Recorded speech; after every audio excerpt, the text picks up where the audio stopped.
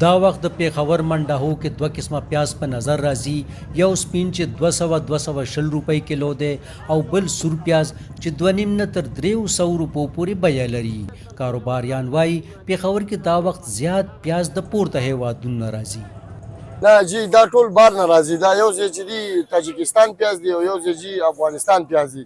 زموږ چې کوم خپل د ملک پیاز دی ټول بار روان دي، هغه موږ ته دلته نه رارسي. د سیند پیازو سیزن دی خو د سیند د پیازو سیزن موږ ته نه رارسي.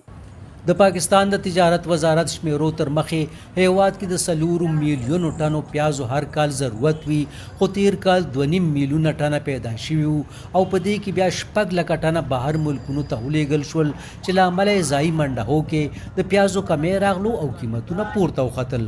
بل پلو ته بازار کې د یو درزن کیلې 2.5 تر 300 روپو پورې بیه ده. د کیلې کاروبار سره تړلي سوداګر وایي د کیلې 80% فصل سند صوبې نه ترلاسه کیږي. تیر کال چې تاسو یاد نو سیلاب راغلی او سیلاب سره مکمل کیلې فصل تباه شوی، د هغې د وجې نه کیله چې دوباره راځي نو هغې کې 14-15 میاشتې لګېږي، نو د هغې د وجې نه شاته فصل کم دی، دې د وجې نه مطلب دا کیله لږه ګرانه ده. عبدالمنان زیاتی هسې هم دې ورځو کې د کیلې بیه اوچته وي ځکه چې نوی فصل به 2 میاشتې پس را رسیږي، خو بیې کې د اضافي یوه وجه دا هم وه چې کیله بهر ملکونو ته لیږل کېده، خو اوس چې حکومت تر 15 اپریل پورې د کیلې او پیازو بهر ملکونو ته په لیږلو باندې بندیز ولګولو او 2 میاشتې پس به د پښتونخوا د پیازو خپل فصل هم راورسي، نو قیمتونه به ورسره راوغورځېږي.